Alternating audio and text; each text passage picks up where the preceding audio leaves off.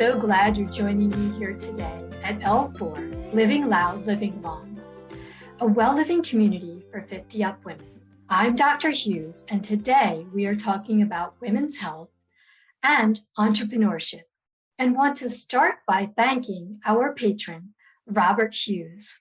Jill, thank you so much for joining us today at Living Loud, Living Long. I'm glad that you are able to take the time with your growing startup. Jill is joining us today from Gennev, and we're going to be talking about women's health and entrepreneurship. Hi, it's good to be here. Well, thank you very much for talking with us today. Now, you have worked, Jill, at one of the largest and best-known tech companies, Microsoft, for quite a few years before leaving and launching your startup, Gennev. How did you make the decision to leave and start your own venture? I had a wonderful career in the tech industry and had been working at Microsoft for about 15 years and loved it. And I happened to be on a sabbatical at the time when I met my co-founder, who had a long and very successful career at Neutrogena. She had helped build the Neutrogena brand and sold it to Johnson & Johnson, and really had the vision for women's health, specifically in menopause, and how underserved it was. And when we got to talking, one thing led to another. And, it was really serendipitous that the two of us connected and had such a aligned vision around doing something really good for women where something needed to be done. And that was menopause care. And so it made the decision to leave my corporate job relatively easy. It was the biggest risk I'd ever taken, but certainly looking back, it's one I'm glad I took and haven't looked back, if you think of it that way. Oh, fantastic. And just to let our listeners know, how many years have you been running Gennev so we can get an idea of what stage the company is in its growth? Yeah, it's we really launched in 2016, so it's been about 5 to 6 years only. So we're considered a startup. We're still relatively new, but it's been 5 to 6 years of a lot of learning. Well, that's wonderful, and we're going to talk more about it and hear how you learned as you grew the company. The one question I wanted to ask you is, I know a number of people have approached me when they're thinking of transitioning from working at a larger company and then they want to make the switch to entrepreneurship. And often they find that there's some surprising differences. And so I wanted to get your insights on what surprised you the most when you made the switch from being an employee to an entrepreneur. I would say the biggest surprise changing as an entrepreneur from my corporate position, I think more than anything, was you just have to start doing. I think when in my broader career, there was always a lot of planning involved and thoughtfulness, not to diminish that in any way, but in the entrepreneurial world, you learn more by doing and mistakes and experimentation and quick decision-making more than in the corporate world, where you kind of line up a lot of people and get a plan in place and objectives and key results. And that's all very important. But as an entrepreneur and in the startup world, I just needed to move really quickly because I didn't have resources to do research or look at the data, nor did I have time to, just kind of thoughtfully plan, because every day counts in terms of sales and income and compensating your employees and so forth. And so the pace is so much different. So I think for me, in any case, you just got to jump in and start doing and take on the risk and keep moving. Because the moment you stand still is really sometimes the moment that you just fall behind or you don't keep driving at the pace that it needs to move. Yes, I like your comment about making sure that you just sort of seize the moment and you take action, because sometimes we can be so paralyzed by planning and wanting everything to go perfectly that we don't actually start. And that's one of the key things for making sure that we get going as entrepreneurs, is just get in there and start without worrying about perfection at the moment. Absolutely. What steps did you take early on in setting up your venture that you think has led to the success that you have seen so far? I know you can't plan everything, but there must have been some things that you did set up or you did plan at the beginning. I would say in terms of, key decisions early on, again, number one, start doing, don't wait. There's no moment where you're going to be completely like perfectly ready, would be, I guess, kind of number one.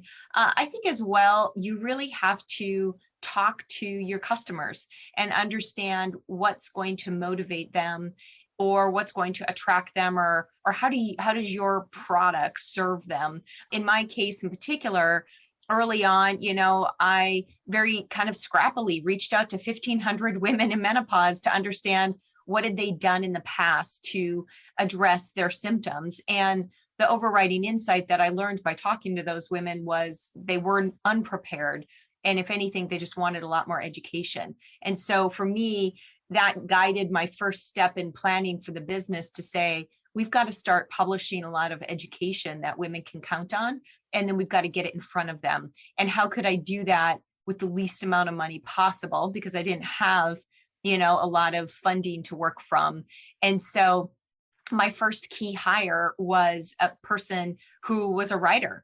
And she and I would interview women struggling with their menopausal symptoms, or we would interview people, professionals, doctors, physical therapists, acupuncturists, anybody working with this population of women to help them feel better and manage through this time of their health changes, and just started publishing information. And then we would optimize it for search because we knew women were online searching out, why can't I sleep anymore?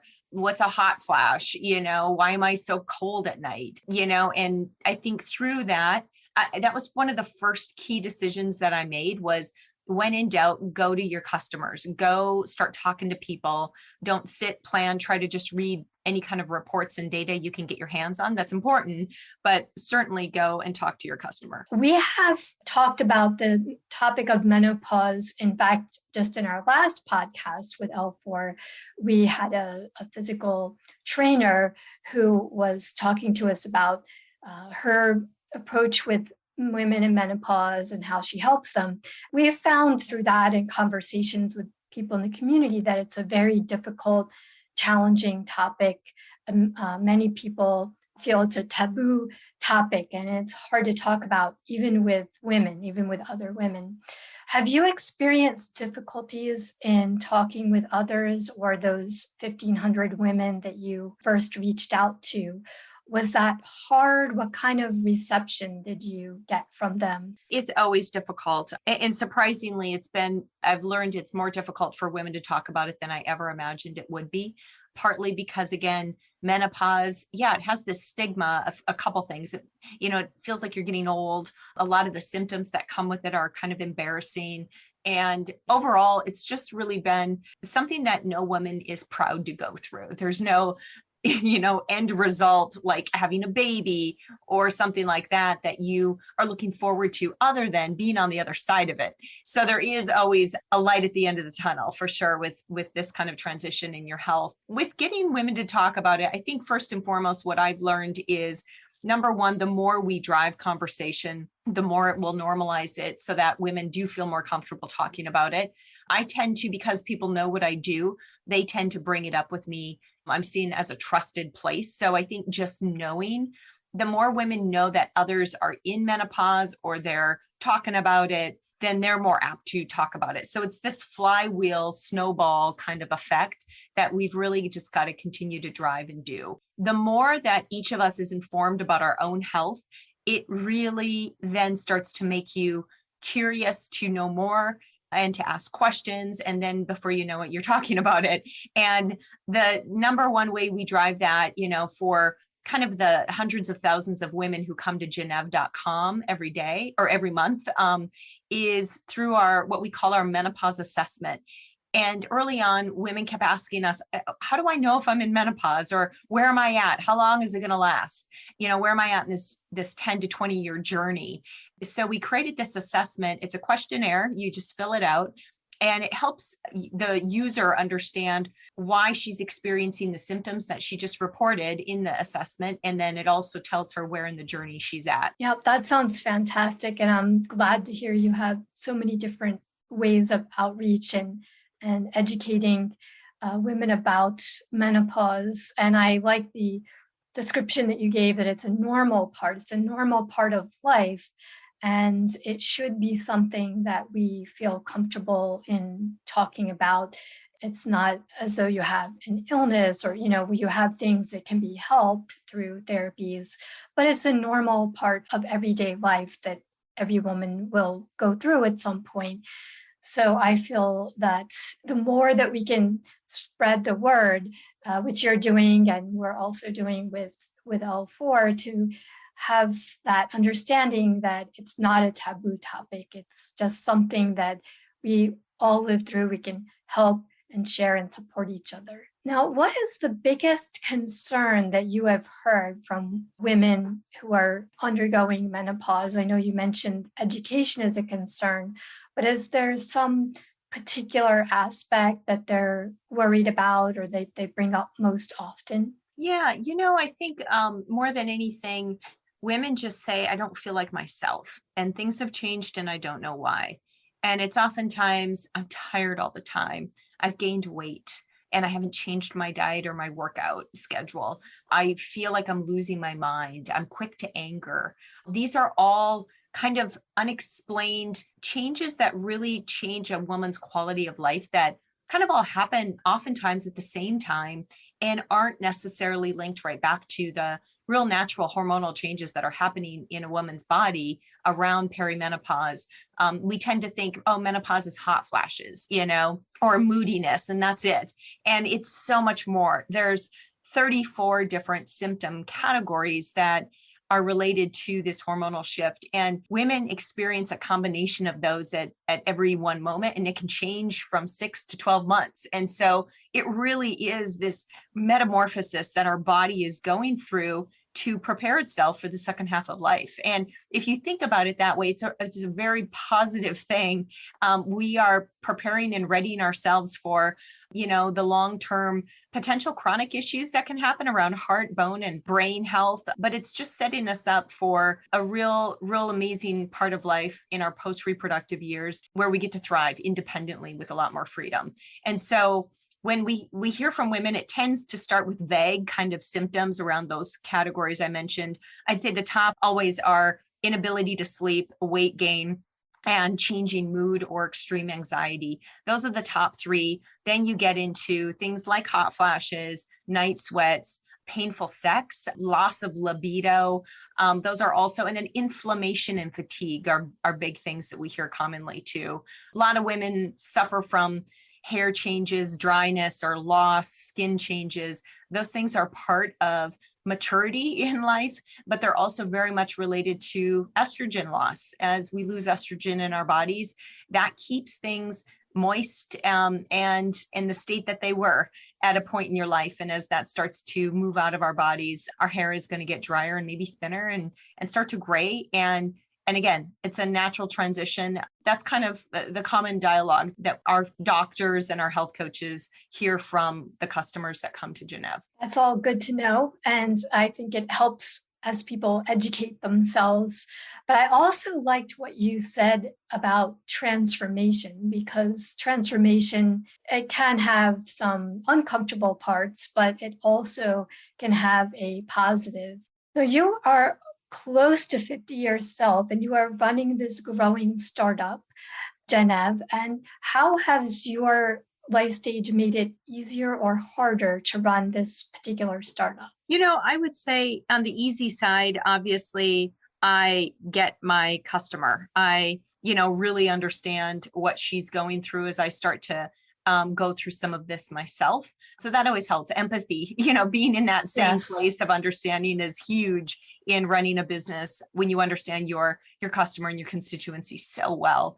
I would say in terms of challenges as a, emerging 50-year-old woman, obviously I also in the startup world, I have to go out to raise capital for the business. And, investors like the typical, their typical prototype of a startup entrepreneur is a younger male, and so I'm obviously an older female, and so in their eyes I might not be your prototypical precedent for what makes money. And so I have to work harder and differently to kind of find the capital that we need for the company. And if I were to say any one big challenge, it's been that, because not only do I have to kind of overcome their perception of me, but then also, just kind of have to educate them on menopause and why it's such a big market and a good investment opportunity, and also the right thing to do. There's just so much in it that I have to kind of try to drive. And me being an emerging 50-year-old female doesn't help it. Yes, but at the same time, as you were saying that your company is authentic in, you being closer to the market that you're trying to reach. And I feel that now, especially nowadays, consumers are really attuned to how authentic companies are. And so I do feel like that's something that's on the good side, to be authentic to your customers. Now, have you experienced any challenges? You mentioned a moment ago about funding is, of course, hard, and it's hard for every startup to raise capital. Have you experienced any other challenges, or do you want to talk more about that? And how have you been able to overcome these challenges? I would say beyond the funding challenge, another one is just what we're trying to do in terms of building, a repeatable menopause treatment model is new. And anytime you do something for the first time, like our work is pioneering. No one has gone out to say, we're going to treat menopause, and this is the kind of model for doing that. Our model has multiple touch, and it's a whole person kind of health review and program. I know that you are also a strong supporter of diversity, and you've been supporting other women entrepreneurs through the CEO Activator. You've been volunteering with a girls' STEM-focused school. How do you feel that we can keep improving the environment for women leaders? I think, women leaders need mentors. And so if you are a female leader and a young woman or an older woman reaches out to ask you for coffee or for perspective on something, or if you can help on something, say yes, make time. I cannot tell you how many women leaders I've reached out to asking for 30 minutes or 15 minutes of their time to get their advice on this, that, and the other. And I will never forget that, because that's helped me advance to where I'm at.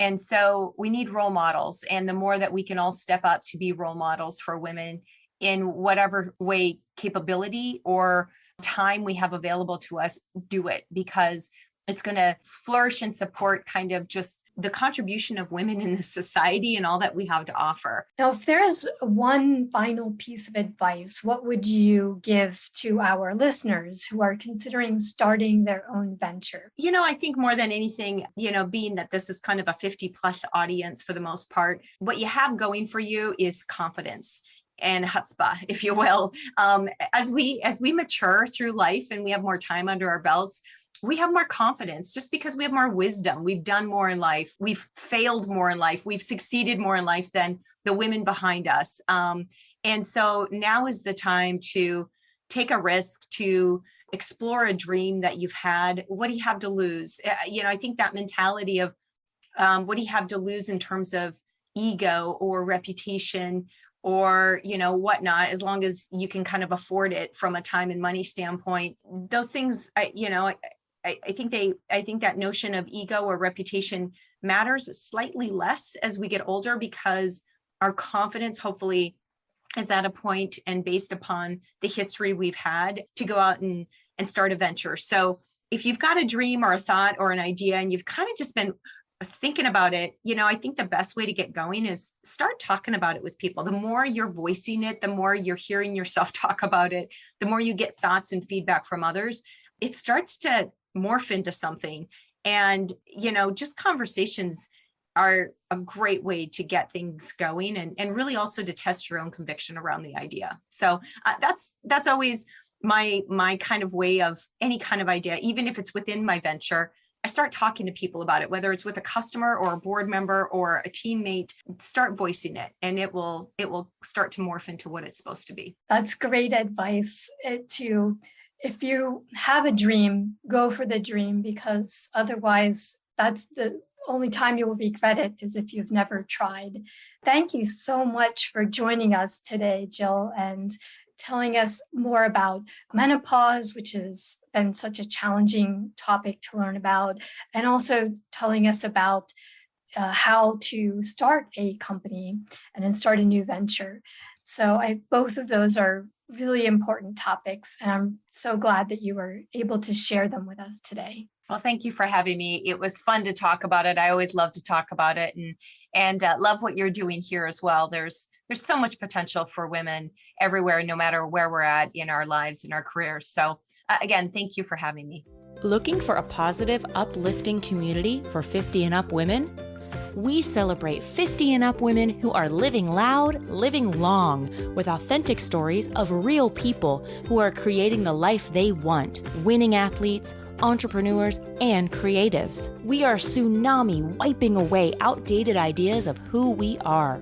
We give voice, we give visibility, we give community, learning, sharing, changing, vibrant, healthy, strong. If that's you, you belong with us. If you enjoyed our podcast, support our work by clicking like, subscribing, becoming a member of L4 at livingloudlivinglong.com, and donating to our Patreon account so we can keep bringing you awesomely inspiring people. See you next month.